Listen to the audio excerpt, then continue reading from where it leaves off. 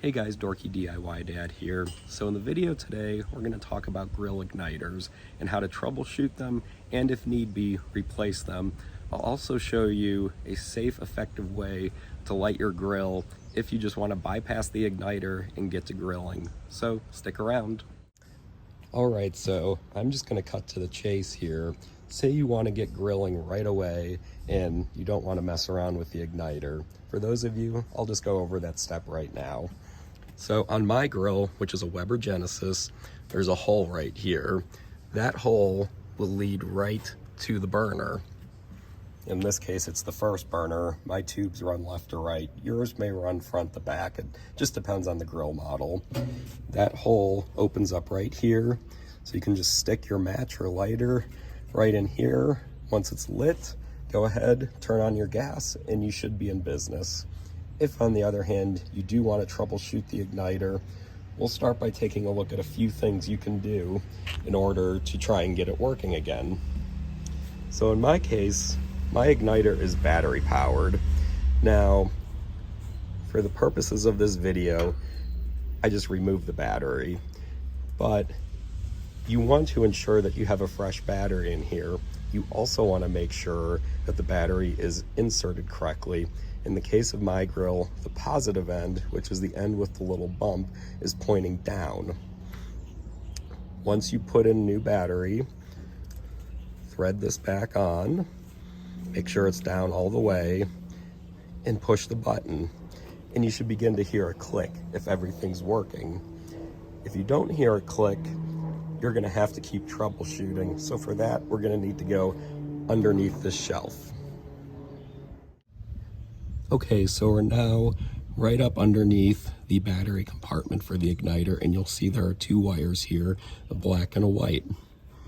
What I would do, just pull each wire out, make sure you don't see any type of corrosion, and then make sure you reinstall the wire so it attaches onto that metal tab right in there. So just like that. You should feel it. It should be nice and snug. Do the same with your hot wire. Again, looks good.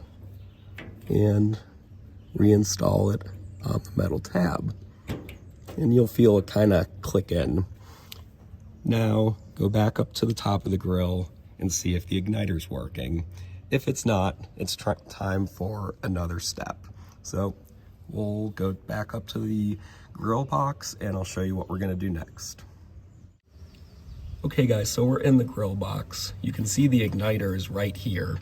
Now I went ahead and I reinserted the battery just because I wanted to show you something. So the way the grill igniter works is there's a little electrode right below this white ceramic housing. That electrode causes a spark to jump from it down to your burner tube, and that's what gives you the spark to light the propane. Now you can see on mine, you hear that clicking, and you might be able to see the spark as well. That's what I'm trying to show you. The reason I wanted to show you that is if that gap between the electrode and your burner is too far, you won't be able to actually get a spark to jump from the electrode down to the burner tube. The reason for that could be one of two things. The first is the battery, which we already addressed by putting in a fresh battery.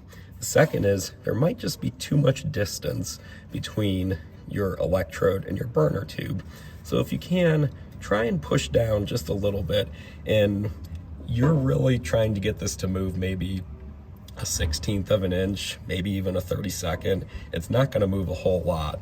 But in the next step, I'll show you why this works, and it'll be a segue into how to replace the igniter if need be. So again, just put your finger on here, just give it a little push.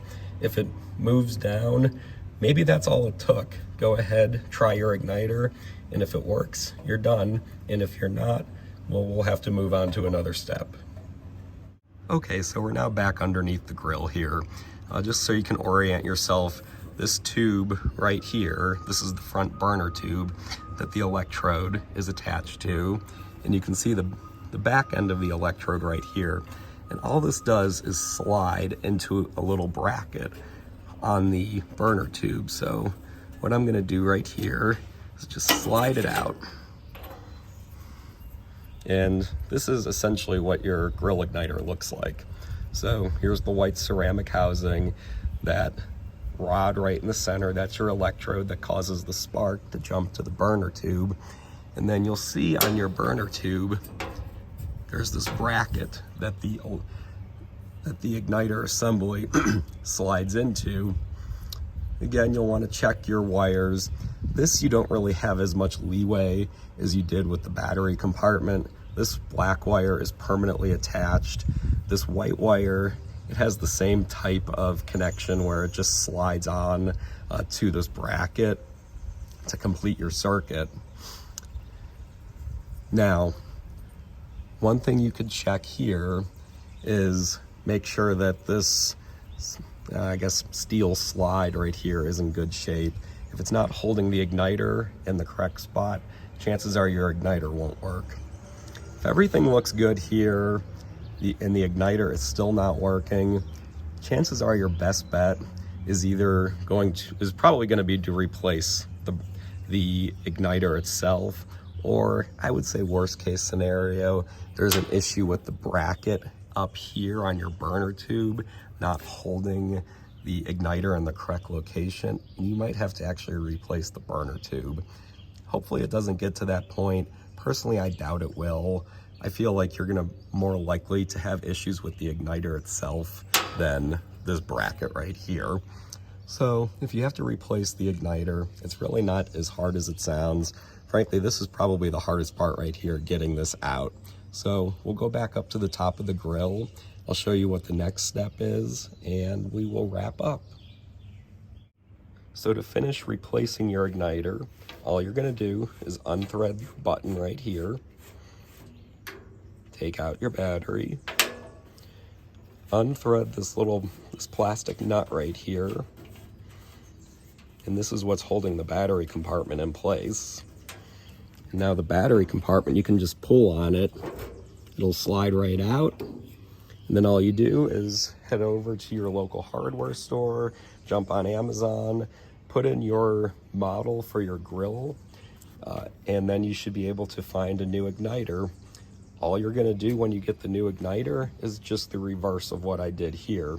So you're gonna slide the battery compartment up through this hole, you'll reinstall this nut, put in a battery, make sure it's pointing in the right direction, of course, thread your button on top, and then underneath the grill, you're just gonna slide the actual igniter using these brackets right here into the slot on your burner tube, and you should be back in business. So I hope you found this video helpful. If you did, please hit the like button and consider subscribing.